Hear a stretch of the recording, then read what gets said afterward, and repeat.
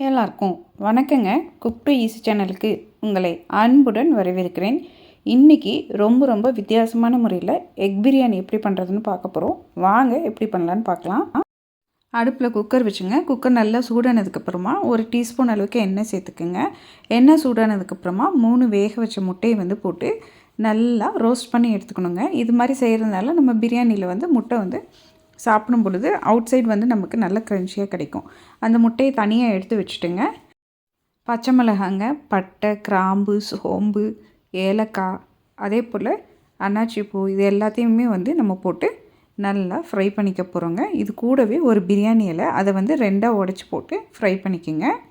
இது நல்லா ஃப்ரை ஆகிறதுக்குள்ளேங்க நம்ம இந்த பிரியாணிக்காக ஒரு சின்ன பேஸ்ட் ரெடி பண்ண போகிறோம். அதுக்காகங்க 2 மீடியம் சைஸ் தக்காளியை இது மாதிரி கட் பண்ணி வச்சுக்கோங்க. அது கூடவே கொத்தமல்லி, அதே போல் புதினா இலைகள் 2 சேர்த்துக்க போகிறோம். இங்கே என்ன பண்ணியிருக்கோம் அப்படின்னா 2 மீடியம் சைஸு வெங்காயத்தை என்ன பண்ணியிருக்கோன்னா நல்லா எண்ணெயில் ஃப்ரை பண்ணி வச்சுருக்கோங்க. அதே போல் ஒரு சின்ன கப்பில்ங்க முந்திரி, காஷ்மீரி ரெட் சில்லி, கசகசா, இது எல்லாத்தையுமே சுடுதண்ணி ஊற்றி நம்ம ஊற வச்சு வச்சுருக்கோம். இது எல்லாத்தையும் சேர்த்துங்க நம்ம என்ன பண்ணுறோம் அப்படின்னா இந்த தக்காளியோட ஒரு பேஸ்ட்டாக ரெடி பண்ணிக்க போகிறோம். இந்த பிரியாணி ரெசிப்பியில் நம்ம இஞ்சி பூண்டு சேர்க்கவே இல்லைங்க.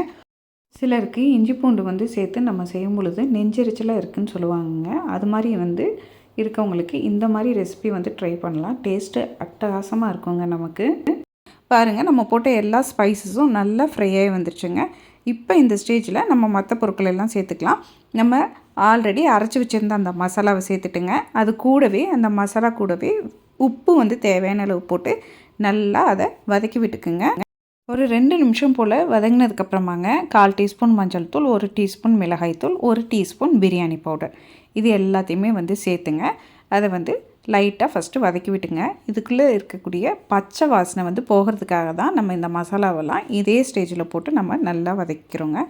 நல்லா வதங்கி நமக்கு சுருண்டு இது பாருங்கள், வீடியோவில் காமிச்சிருக்க மாதிரி அதில் இருக்கக்கூடிய ஈரப்பதமெல்லாம் போய் நமக்கு இது மாதிரி கிடைக்குங்க. இப்போ இந்த ஸ்டேஜில் 2லேருந்து 3 டேபிள் ஸ்பூன் அளவுக்கு நல்ல கெட்டியான தயிர் சேர்த்துக்கிறோம். இந்த தயிரையும் அந்த மசாலாவோடு போட்டு நல்லா அதை குக் பண்ணிக்க போகிறோங்க. இந்த மசாலாவோடு சேர்ந்து தயிர் நமக்கு நல்லா இது மாதிரி குக் ஆகி வரணும். இப்போ இந்த ஸ்டேஜில் நம்ம தேவையான அளவு தண்ணி சேர்த்துக்க போகிறோங்க. 1/2 கப் அளவுக்கு அரிசியை நம்ம நல்லா அலசிட்டு ஒரு 15 நிமிஷம் போல் ஊற வச்சுருக்கோம். அதனால் 3 கப் அளவுக்கு தண்ணி சேர்த்துருக்கோம். நல்லா தண்ணி கொதிச்சதுக்கப்புறமா அரிசி போட்டுக்கலாங்க. இந்த ஸ்டேஜில் உப்பு, காரம் எல்லாம் செக் பண்ணிக்கோங்க. தண்ணி நல்லா கொதி வந்துடுச்சு. இப்போ நம்ம ஊற வச்சு வச்சுருக்கக்கூடிய அரிசியை இதில் சேர்த்துக்கிறோம். சேர்த்துட்டு ஒரு முறை நல்லா மிக்ஸ் பண்ணி விடுங்க. அரிசி சேர்த்ததுக்கப்புறமா மிக்ஸ் பண்ணதுக்கப்புறமாங்க அது நல்லா கொதிக்கணும். இந்த மாதிரி கொதி வந்ததுக்கப்புறமா நம்ம வறுத்து வச்சுருக்கக்கூடிய முட்டையை மேலால் சேர்த்துட்டுங்க.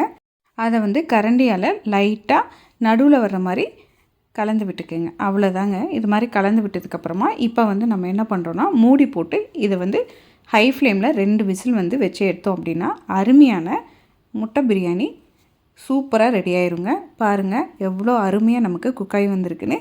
நம்ம பிரியாணி தம் உடைக்கிறதுக்குங்க எப்பயுமே ஒரு நல்ல அகலமான கரண்டி எடுத்துங்க.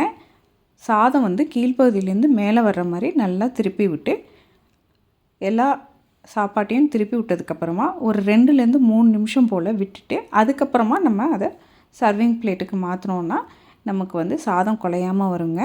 பாருங்கள், இது மாதிரி மாற்றினதுக்கப்புறமா இதை சர்விங் பிளேட்டுக்கு மாற்றிக்கலாம். ரொம்ப சுலபமாக, அதே சமயத்தில் ரொம்ப வித்தியாசமான ஒரு முட்டை பிரியாணிங்க. கண்டிப்பாக நீங்களும் இதே அளவுகளோட ஒரு முறை செஞ்சு பாருங்கள், சுவைத்து பாருங்கள். கண்டிப்பாக உங்களுக்கு சுவை பிடிக்குங்க. உங்களுக்கு இந்த ரெசிபி பிடித்திருந்தால் குக் டு ஈஸி சேனலை லைக் பண்ணுங்கள், ஷேர் பண்ணுங்கள், கமெண்ட் பண்ணுங்கள். மறக்காமல் நம்ம குக் டு ஈஸி சேனலை சப்ஸ்கிரைப் பண்ணிக்கிங்க. எல்லாருக்கும் வணக்கங்க.